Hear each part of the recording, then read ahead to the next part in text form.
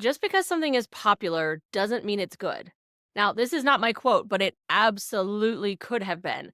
As an entrepreneur, I have followed so much bad advice, and I'm guessing you have too. When I decided on this topic for the podcast, I did some research to see what other bad advice is out there, and boy, did I find some doozies.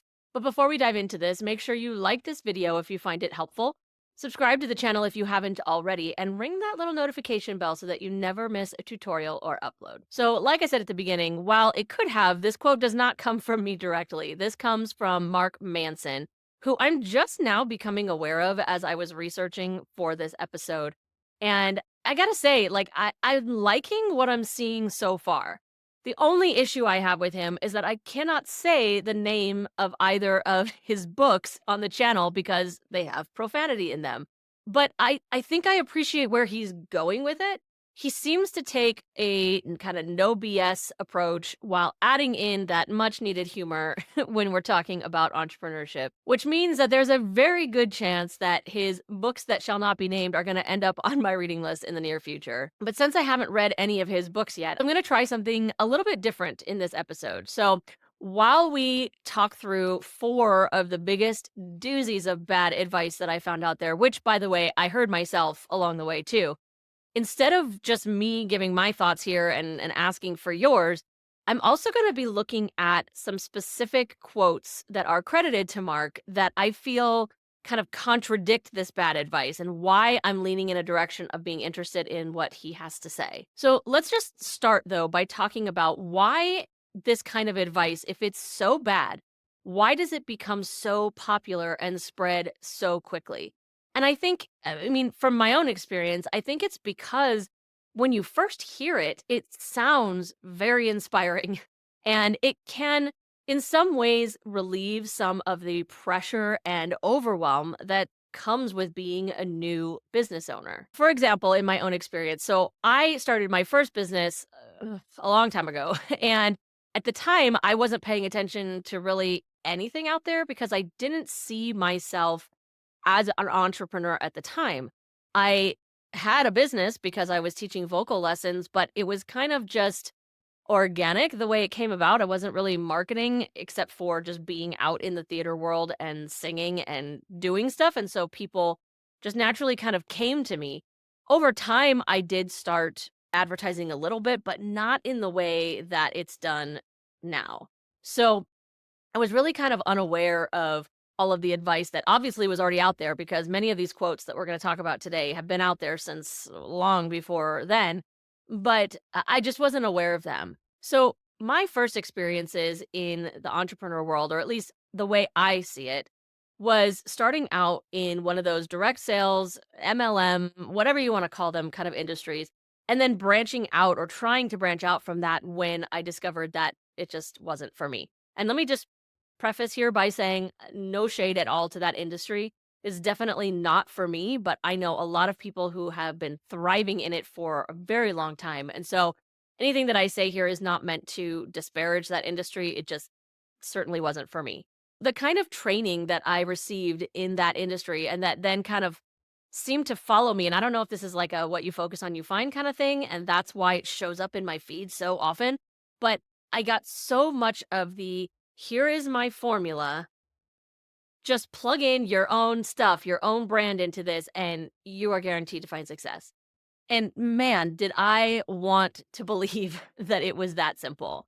I think probably because it just felt a little bit less overwhelming if I felt like I had a roadmap or a recipe, if you will, for success. If I could just plug in my own words, meaning, my own niche or my own branding, whatever it might be, into this tried and true formula, whether it be specific email copy or marketing copy for a landing page, or even, yes, those dreaded DMs, just trying to kind of insert myself into someone else's script or formula was certainly less overwhelming because it felt like, well, somebody else did the hard work for me and I just need to use it and stick with it and benefit from it. And it also made my goals feel so much more achievable because of course, around me I was watching the community of other people who were seemingly succeeding with this strategy. And, you know, I don't know exactly what was going on behind closed doors for each of those people. So some of them may have been following this exact strategy and found success, and others may have veered from it. But the assumption for me was that they were following that formula and finding success. And so it made it feel that much more achievable. And like I said, this followed me outside of that direct sales world into trying to grow into my own thing later. I joined a program that was meant to help me with Facebook and all this kind of stuff, and I got a lot of great stuff out of it, but what I didn't get out of it was that formula working for me the way that it did for the people who created it. So let's just talk about like why ultimately this became toxic advice for me specifically, and I think it could potentially be for yourself as well. And also why I've built my business on kind of the opposite philosophy. So we'll talk about that in a second. But just swapping my own branding into someone else's script or someone else's emails or someone else's whatever, it never felt, and I'm sure it never read as authentic to other people because it wasn't. It wasn't authentic. It was someone else's words with my little spin on it. And that always reads as inauthentic. And in this day and age, especially with how big the creator economy is becoming and how huge things like YouTube and TikTok and all of that are just blowing up as a way for influencers and even media to reach the general public, we are a culture now of really seeking out that authenticity and sniffing out when it's not authentic. And I think even though this was like 10 years ago, I already felt it. And because of that, I definitely did not put my most confident foot forward ever. Another part of it that made it toxic for me is that when it ultimately didn't work for me, and again, this was in more than one situation, actually more than two situations where I just tried following someone's exact plan that works for them. When it didn't work for me the way they said it would or the way it obviously did for them, I felt like more of a failure than if I had tried my own thing and failed, because I had the assumption, I had the misconception that this was a foolproof plan. And if I couldn't make it work, if I couldn't find success with this plan, then, well, then I suck, right? It's got to be me. So it was so toxic to me and making me think that I just was no good at this and maybe I should just not do it at all. And then I think the worst part is that it held me back from figuring out my formula or my recipe for success so much sooner. I feel like I have, in the last year or two, started to figure that out for myself. I'm watching my business grow. I'm watching my channel grow, which is amazing. And, I'm just having so much more fun with it. And it feels so much more aligned with my values, but also just with my enjoyment, my joy. And that right there, I feel, is my true recipe for success. It's my formula.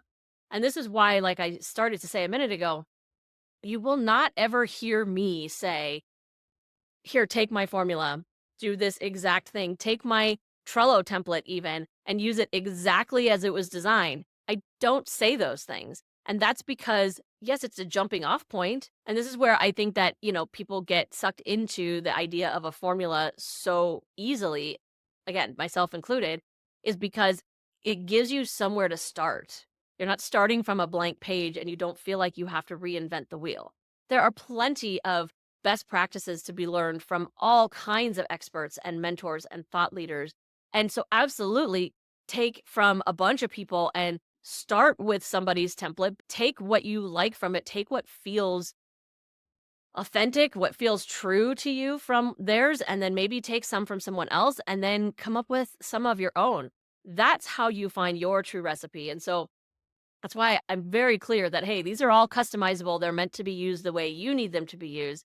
And that's the beauty of being a business owner, is that you get to design things to work exactly the way that you need them to work. And I have to say, for sure, while I may or may not actually be spending more time in my business now than I was back then, I am certainly enjoying it more. And I am certainly seeing way better return on my time investment than I was before when I was just following someone else's strategy. And honestly, following someone else's strategy or following their formula didn't actually take the stress out of it for me anyway, because a lot of times their formulas, their processes while they might have had a natural flow for the person who created it, were very unnatural for me. And so they felt like so much work. I just felt like I just had so much to do to get it all ready, whether it was, communicating with potential customers or, that was just super stressful, or creating a sales funnel, or, ugh, even worse, like planning to launch the whole like challenge launch strategy.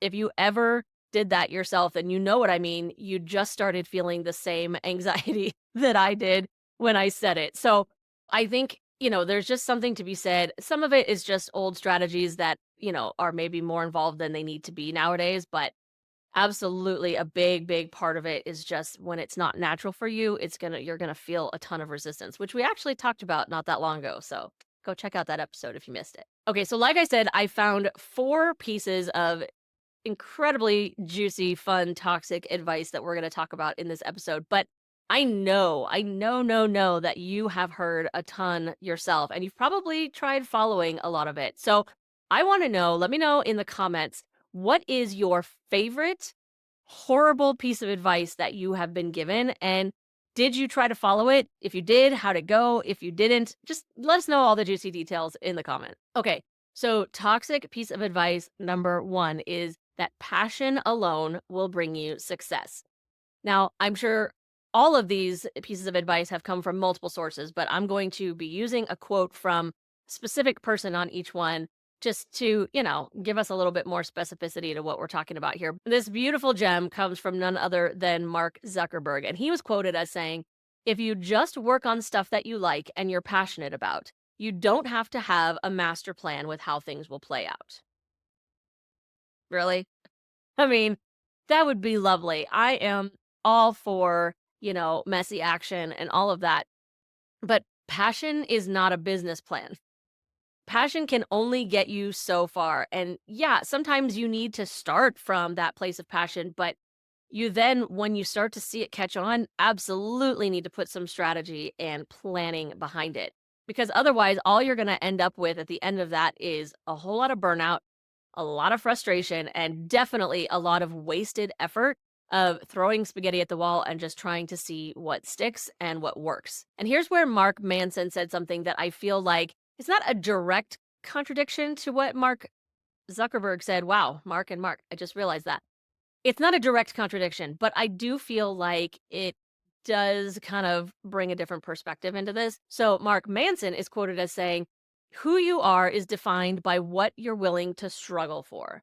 And I love this because what he's showing us is that, the idea of passion, just following your joy, following your bliss, whatever you want to call it, and that it's just going to be smooth sailing and easy peasy all the way. That's kind of this misnomer that we get from Mark Zuckerberg's advice, right? But what Mark Manson is saying here is if you choose the right things to struggle with, you find the right challenges. So, yes, of course, you need to bring in the things that excite you and that you're passionate about. If you don't have some level of passion about it, then yeah, it's not going to be very fun, and it's probably not going to be successful. You can tell from my content, and my clients can tell when they work with me that I'm like maybe a little bit obsessed with Trello and proud of it. And because of that, and because I'm also such a huge fan and so passionate about simplicity and efficiency and finding ways to, work smarter, which we are going to talk about in a minute. So I'm not going to go there just yet. But finding that, and then also taking the things that are a challenge and that I know I'm going to have to struggle through, which is gonna be different for everyone. For me, sales has a huge piece of that. I had to find my way to do sales without feeling ugh, gross about it. And you're gonna have things that are struggles for you that you need to figure your way through and struggle through. And so the takeaway here is that no, passion alone is not what's going to get you success. Passion plus strategy plus that pesky little consistency, that is what equals success. Okay, toxic piece of advice number 2. And this one is that perfectionism is the key to success. Now, I didn't put this one last, even though it might be one of my favorite pieces of bad advice because, oh, it just like the quote itself, especially, just irritates me. So we'll get there in a second.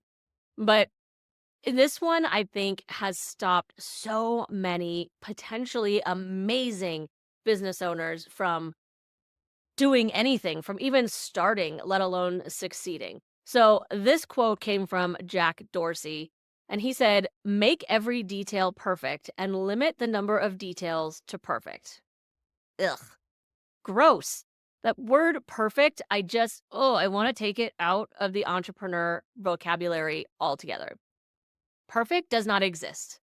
There is no perfect software or platform. There is no perfect strategy. There is no perfect client. There is no perfect business owner. There's no such thing as perfect. It's all about trial and error and learn by doing. Perfectionism absolutely completely stops all momentum. I know so many people who have had these great ideas and things that they really want to put out in the world, and some that I just think, wow, the world so needs. But because that person gets so caught up in perfectionism and so caught up in making sure that everything is ready, that's another word that I think, you know, may feel less dangerous than perfect or perfectionism, but ready can be just as bad. I'm not ready. It's not ready. You may never feel like it's ready. You may never feel like you're ready, but that doesn't mean you should let it stop you from going forward. And here's where one of my favorite things to say, one of my favorite mantras: done is better than perfect. Yes, I mean, perfect would be lovely, but again, it doesn't exist. So waiting for that is absolutely pointless. All you can do is give your best to whatever it is that you're working on, whether it's a new course, a new product, a video for YouTube or TikTok or something like that. It doesn't have to be perfect. It never will be. So just do your best and then get it out there. If you spend all that time refining the details or re-editing the video or going back and rewriting the email or the blog post, like, the more and more you do that, you absolutely stop your business from moving forward. You put a huge wall in front of all of your momentum and all of your potential success. And here is where one of my favorite Mark Manson quotes comes in. Honestly, so I like so many of them, so I don't know if I can have like a favorite yet, but he's quoted as saying, "Doing something unimportant well does not make it important." Yeah.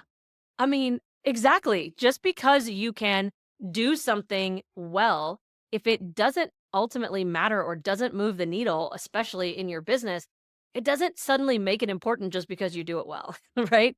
And I absolutely love this. So, spending a ton of time perfecting and just really honing in on the wrong things is an absolute waste of time and energy. And you're better off putting out something that is sub perfect, that is important, and that is going to move the needle in your business. So, what's our takeaway here? Launch it first and then refine it later. It's so much better to put something out there, start gathering some feedback, and then perfect it as you go. Now, you may not be totally comfortable like doing a full launch with something that isn't completely ready yet, but that's why they invented beta testing, okay? All the big software platforms do it, a ton of business owners do it, even authors do it when they're sending out their manuscript for, they call it alpha readers and then beta readers. And then even once the book is like basically done, they send it out to ARC readers to get that advanced feedback and reviews and all of that kind of stuff. I cannot think of an industry that doesn't use some version of beta testing. So why not you? If there's something that you're wanting to put out there, but you're just not quite sure if it's ready or, whether or not it's going to be well received, do a beta test. I'm actually conducting a beta right this moment with one of my Trello clients. And, we're going to touch base again in a couple of weeks to see how is it going for everybody. And it's something that it's a direction I would really like to go in, but it may not be the best thing for my clients and it may not be what they ultimately want. So I'm doing this beta test versus just rolling it out to all of my clients at once because it's a lot harder to roll it back when you roll it wide. So start small. I mean, I feel like we say that a lot. And when it comes to working on improving yourself or building new habits, we talk about starting small. The same exact thing can and does apply when it comes to launching a new product or a new service in your business. Start small, get some feedback, do some refining, and then launch it wide. Okay, toxic advice number 3: work harder always. I hate this advice. I was told this all the time, that you got to pay your dues. And what is it? What is that meme that's out there, I would rather work 80 hours a week for me than 40 hours a week for you or something like that. The concept of that, I get it. I get where they're going with that meme. They're just trying to say, like, look, I would much rather put in a ton more work for myself and to further my own passion than put in less time to further yours. I get it. But it also then feeds into this toxic hustle culture that we just have to be working nonstop and have zero balance in our lives in order to be successful as a business owner. And there are so many people out there that are just completely proving how untrue that is. But this one comes courtesy of Bill Gates. And this is something I don't know when he said this quote, but I'm guessing it was probably a long time ago. But he said, I never took a day off in my 20s, not one. Well, that's awful. I am so sorry to hear that. Like, yeah, Microsoft is huge and he built a massive empire business, which number one does not have to be everyone's goal. And that's kind of foreshadowing. We're going to get there in a second.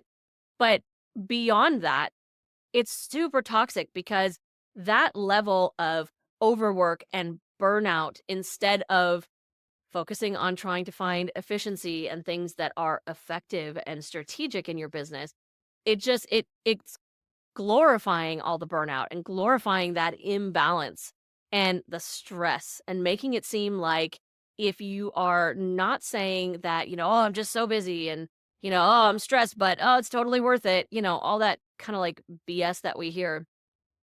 It's it's glorifying that to a point where it's saying that is the only way that you achieve success. And it's A, not true, and B, like, we only have one life.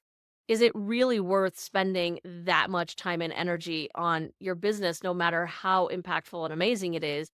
Or should you be able to find balance and create some level of, strategy and efficiency in your business so that you can have rest, which is so, so important, which we've talked about multiple times on the channel. So the quote from Mark Manson here is a little bit of a stretch. I will be honest. It's not super clearly a contradiction or a direct response to Bill's quote. But what he said was, you can't be an important and life changing presence for some people without also being a joke and an embarrassment to others. So, what he's saying here, though, is you don't have to do everything. You don't have to say yes to everything. We've definitely talked about that. And you don't have to prove yourself through just constantly working. You can focus your attention on the things that actually move the needle. Give yourself that balance. Say no to things, right? Be willing to say no to the good, to go for the great. Sounding familiar? We can focus on the right things in our business so that we can still achieve that success and not be overworking ourselves. And let's just say too, if your goal is to build an empire the way that Bill Gates did, do you want to set the example for the culture of your business and for your employees that balance is not important? Do you want them to see you as the leader demonstrating that they should just put all of their energy and everything into working hard and neglect everything else in their lives? I'm guessing that you probably don't, especially if you're watching my channel, because that is not at all what we're about here. So I have a feeling that while you would probably do that, not realizing that you were setting that example, you would then be very sad that you had done that. So work smarter, not harder. Okay. That's why I love automation. It's why I leverage all the tools like Trello, like Kit, like Descript, like even tools like ChatGPT. All of these things come together and help me to be more efficient and have a more clear strategy so that I could still have balance and still enjoy my life and be present for the things that matter. And then the last piece of toxic advice, and I saved this one for last for a reason, because this one is kind of near and dear to my heart. So, this piece of advice is that you have to build a team to succeed. This quote comes from Reid Hoffman, and what he said was, no matter how brilliant your mind or strategy, if you're playing a solo game, you'll always lose out to a team. I find this incredibly toxic, but I think more than anything, it's misleading. So, I mean, there are so many entrepreneurs out there who are solo business owners, solopreneurs. They are very successful that way and they prefer it that way. And I want to be really clear about something. I think there may be some misconceptions about the term solopreneur or solo business owner. And I honestly don't know if there's like an accepted definition of these terms, but let me explain to you what I mean when I say solopreneur or solo business owner. So, it doesn't mean that this person has no help. It doesn't mean that this person never hires a consultant or even an assistant or employees or even multiple employees to support and work with them. For me, what it comes down to being a solo business owner, being a solopreneur, is when the responsibility, the decision making, and basically the buck stops with that one person. They don't have a team of people who are sharing the load, who are sharing that responsibility, both financially and decision making and all of that. It all comes down on that one person. And that to me is like the difference between a solopreneur run business and a team. A team run business is where you have like a CEO, a COO, a CFO. You have all of that kind of C suite if you're in the corporate language, where they all have responsibility for their own area of the company. But as a whole, as the entirety of the company, they come together and they work as a team and they share that load together. And as a solo business owner, you don't need to be planning on building an empire. I've talked about this before, like I think it was a while ago now. I have no desire to create an empire with my business. I don't want to be a Microsoft. I don't want to be an Apple. I don't want to be any of those things. I just want to be me doing what I do. But that doesn't mean that I won't ever need help or need to hire someone to maybe do my video editing so that I can take that off my plate or, whatever it might be. It doesn't mean not hiring a team, but it's hiring a team, not building a team around you, if that makes sense. You can scale your business to a very successful level without hiring anyone.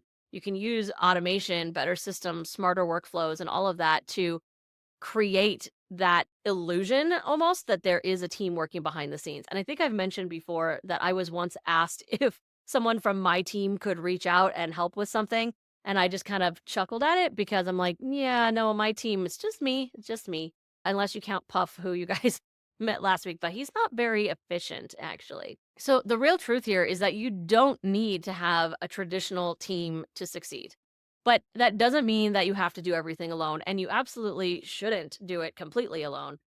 Even if you are handling all of the things in your business alone, you still need community. You still need colleagues and people around you, whether you're in a mastermind or you join some sort of group program or you just surround yourself with friends and like minded business owners to kind of get accountability from, or even just support and reach out to when you're just having one of those rough days. And maybe you even bounce some ideas off of them as far as decisions that you're making. But again, ultimately, the decision making responsibility lies with you.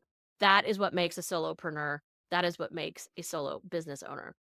Now, Mark Manson's quote here that I feel can be viewed as a kind of contradiction to Reed's quote is that the most meaningful things in life are often the most difficult and unpleasant to deal with.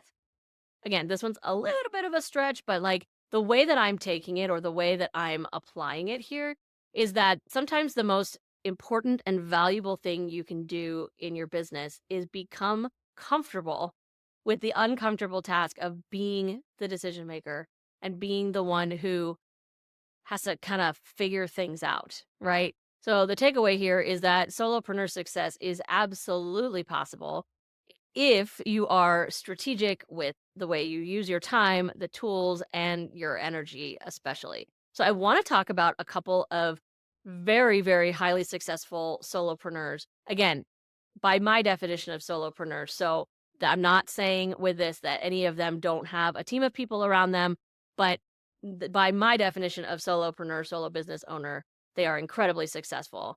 First one being Marie Forleo. She founded Marie TV, she founded B School, and she definitely has people working with her now, but she built most of her business, which is a multi-million-dollar business, by the way, on her own. She used automation, she outsourced certain things, but she did all of that versus building a large in-house team. Another one is one of my favorites. I talk about him a lot here, and that's Pat Flynn. He founded Smart Passive Income, and he started out as a one-man business, I do believe that he has some team around him at this point. I can't imagine he doesn't at his level, but he absolutely grew his business through systems, not through hiring a bunch of people. He has talked about that in the past, so I know that he does that. Mark Manson, who we're talking about here, I'm not going to read what he's known for because, again, he's the author of those books that shall not be named here on the channel. But he built a thriving business as a solopreneur and an author by himself. He also has a blog and like a subscription program thing that he does. He generates millions in revenue and he does not have a traditional team. And the last one I'm going to bring up, and there are plenty more. I have more in my notes, but I can already feel that this video is getting long, so I'm just going to cut to the chase.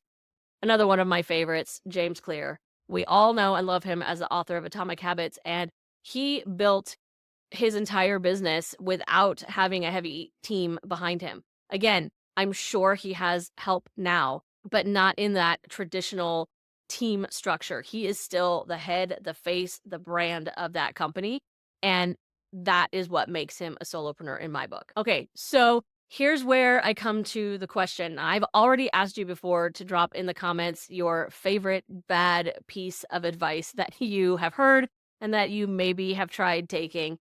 I definitely want to hear about that, but I also want to know, of the 4 pieces of advice that I brought up today, did any of those hit you harder than another one, and why? Let me know in the comments. I hope you liked that video, and more importantly, that you found it helpful. If you did, please consider subscribing to the channel and sharing it with a fellow solopreneur. And make sure you check out the description for links to how we can connect and maybe even work together.